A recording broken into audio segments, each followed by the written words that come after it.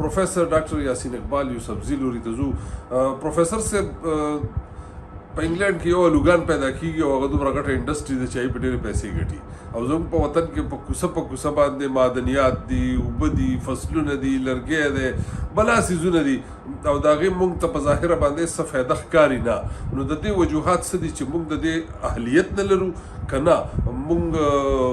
بې اختیاره یو یا بې احتیاطه یو؟ څه وجوهات دي چې زموږ د دغه وسایلو نه موږ صحیح فایده نه اوچتو؟ د دې وسیلو په هکله ستاسو ماهرانه رایې پکار ده. عباسین صاحب او شمس مومن صاحب او سید فاروق شاه صاحب زه ستاسو بې کچه مشکور یم او ممنون یم چې تاسو تولندی ته راغلی او موږ له عزت راکړو. خدای مو تل خوشحاله او آباد ساتي. شروع به د الوګانو نه وکړو، که الوګان نه وی د امریکا به نه وه، امریکا به نه وه. امریکا چې ده نو د لوږې انګریزان لاړه امریکې ته الوګانو پسې او آیرش قوم چې کوم دی د امریکې نو دی د ریډ انډین نه پسو امریکا ترکۍ ته بوتله او سپر پاور یې ته جوړ کړو. دا د ایډاهو الوګانو د هغې نوابۍ په الوګانو وي. ترکي د ترکۍ چې کوم آوټکمز دي هغه دا دي چې تا ترقي کړي د پردي وطن ښکلې مرغۍ، ښکلې خلک، ښکلې وسیلې، ښکلې پیداوار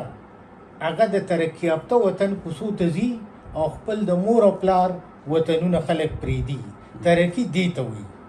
چې زمونږ شمس صاحب کومه قیمتي خبره وکړه چې 50 لکه پښتانه بهر دي.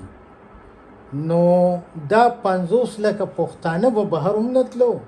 او 50 لکه به د هر ملک نه راتله زما وطن ته چې د دې کوم موسمونه دي، د دې کوم وسایل دي او د دې کومې ابو هوا ده هر لحاظ سره. لکه دی پکې د ټوریزم خبره وکړه، د آثار قدیمه په بنیاد باندې چې وګوري نو د جهان مرکز دی، د بت مت مرکز پاتې شوی دی او د اشوکا په ګټو باندې د لیکلو دا مطلب دی چې په قبل مسیح کې د دې وطن خلک تعلیم یافته وو. د پانینی د ټکسلا یونیورسټي ټکسشیلا چې به ورته وي د هغې مشري د دې ثبوت و چې دې علاقه کې علم و. پانینی یې په دې مشر کړی د پری هسټاریک ټکسلا یونیورسټي چې هغه د ګریمرونو بنیاد یې ایښی و، د سنسکرت نه شروع کړې وه او نن چې د ژبو ګریمرونه دي په دنیا کې نو د پانینی د برکته دي او د هغه د لارې هغه اصول فالو کېږي. اوس راځو چې دومره علم مو دومره وسیلې مو وې موږ ولې پاتې شو؟ ما په خپله په داسې میدان کې سبق ویلی دی چې غرض یې دا دی چې ته د خپلو معدنیاتو نه د مارکیټ جوګه پیداوار جوړ کړي. مونږ د خپلو وسایلو سره سم سبق نه وایو او نه ښیو. زمونږ په وطن کې داسې ادارې نشته چې هغه زمونږ وسیلو سره سم سبق وښیي. دلته یو ساده خبره دی د کامدوسته سیاست خبره وکړه. آیا دا کامدوسته سیاست په دې باندې په اتیا کاله کې سوچ نه کوي چې دا ولې داسې دي او چې ما 19 کاله چغې ووالې د پېښور یونیورسټۍ نه چې زمونږ سبق زمونږ وسایلو سره هماهنګ نه دی نو هېچا دې ته غوږ کېنښودو چې تر څو پورې موږ دقه سبق نه دی ویلی چې موږ د خپلې معدني وسایل او بشري ځواک په دغه طرف راولو نو موږ به د خپلو معدنیاتو نه پراډکټ جوړ کړو. یو ډېره غټه ناروا چې اوس شروع ده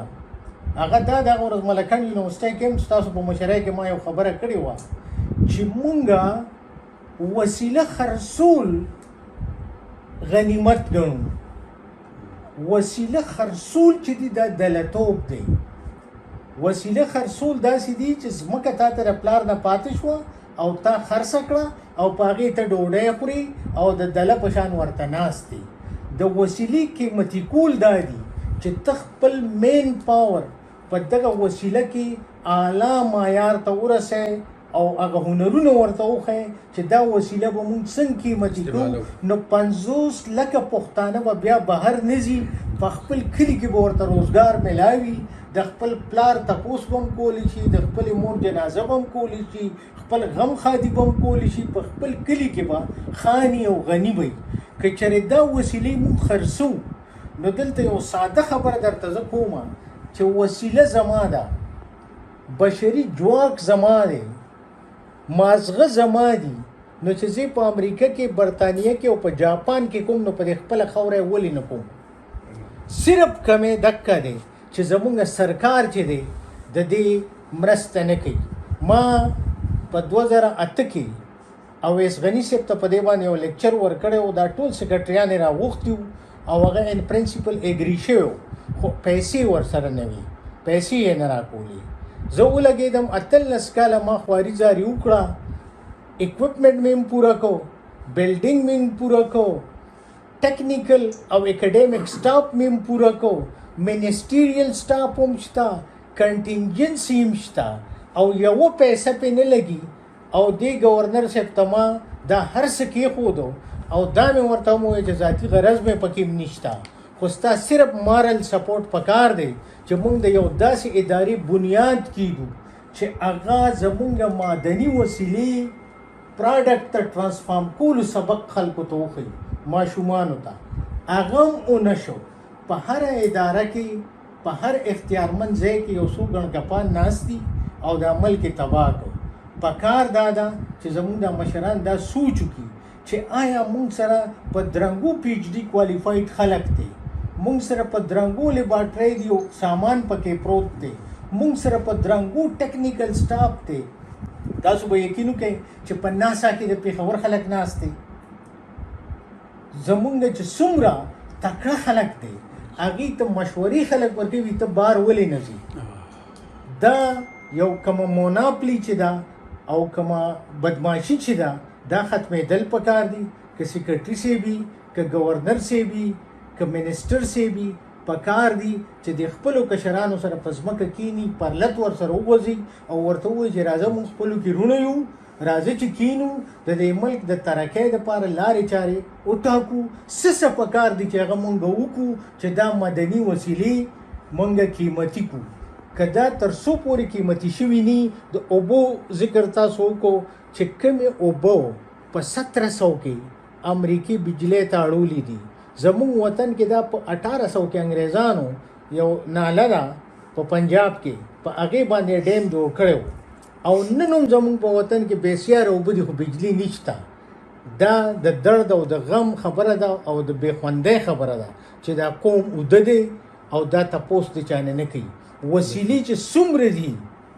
هغه د خرڅولو دپاره تیاریږي چې دا یو تباهي ده زه په دې عقیده نه لرم چې ګنې وسیلې به خلاصې شي زما په خدای پاک 100% عقیده ده چې خدای پاک یو غني کائنات پیدا کړی دی خو د دې غني کائناتو کونجي چې ده نو هغه علم دی او پوهه ده نو که دغه علم او پوهه مونږ سره ني نو که مونږ له خدای پاک هر څه راکړي دي نو دا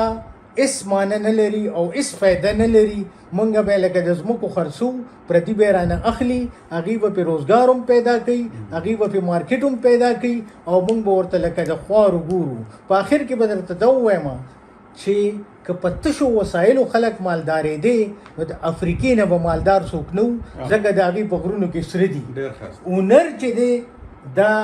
نالج بیس اکانومي چې څه ته وایي هغه دکې ته وایي چې ته په هنر باندې د شګې نه فایبر آپټکس جوړ کا ته په هنر باندې د شګې نه سلیکان چپ جوړ کا ته په هنر باندې د کاربن نه ګریفین جوړ کا او ته مارکیټ ته ووسه نو ته به مالدارېږي او ته به تکړه کېږي او یو ځل بیا دا خبره کومه چې د وسایلو خرڅول چې دي خدای پاک کائنات غني پیدا کړی دی د ختمېدو نه دی خو دام دلتوب دی چې موږ وسیلې خرڅو او هغه پراډکټ ته ناړو زه ستاسو بې کچه مشکور یم او په دې ډېر زیات خوشحاله یم چې مخکې به دا ټاپې ما کولې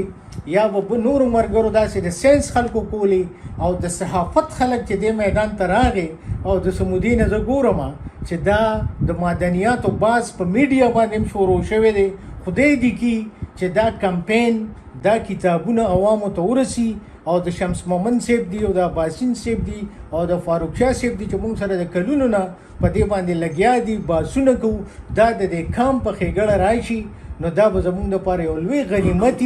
او زموږ د خوشحالۍ که زموږ په ژوند نه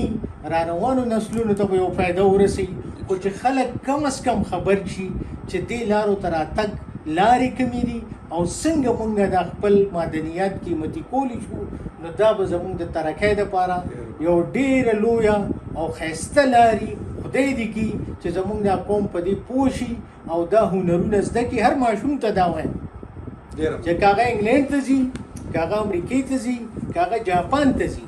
دې دا سوچ وکړي په خپل کلي کې د یو معدني وسیله ټارګټ کړي چې یاره زه دا سبق وایم پی ایچ ډي وکړم پوسټ ډاک وکړم چې واپس راشم دا به زه څنګه قیمتي کوم نو که دقه سوچ سره موږ تعلیم شروع کړو تعلیم هم د استعمال لپاره یعنې یو خبره سړی کوي او بله را یادېږي موږ چې بچي سکول ته لیږو ادارې ته لیږو نو دا ورته نه وایو چې خانې څه زده کوه راشه موږ ورته وایو ډېرې نمبرې والا راشه که موږ ورته کله ووایو چې خانې څه زده کوه راشه نو زمونږ د تقدیر به بدل شي داسې تدبیر په کار دی چې موږ بچي ته ووایو چې بچي خیر دی که نمبر یې ډېرې وانغستې خو څه زده کوه راشه چې ته په میدان کښېنې او خلکو ته ووایې چې ما کې دا هنر دی دا کولی شم او صاحبزاده صاحب تاسو راله یو کتاب را کړی و په 1911 کې یو تقریر کړی دی په هغې به دا خبرې ختمې کړم if you learn English you will be able to earn bread in an English speaking country but if you learn the machine language it is universal and that universal language should now be adopted for the development of this region and this country. Thank you very much.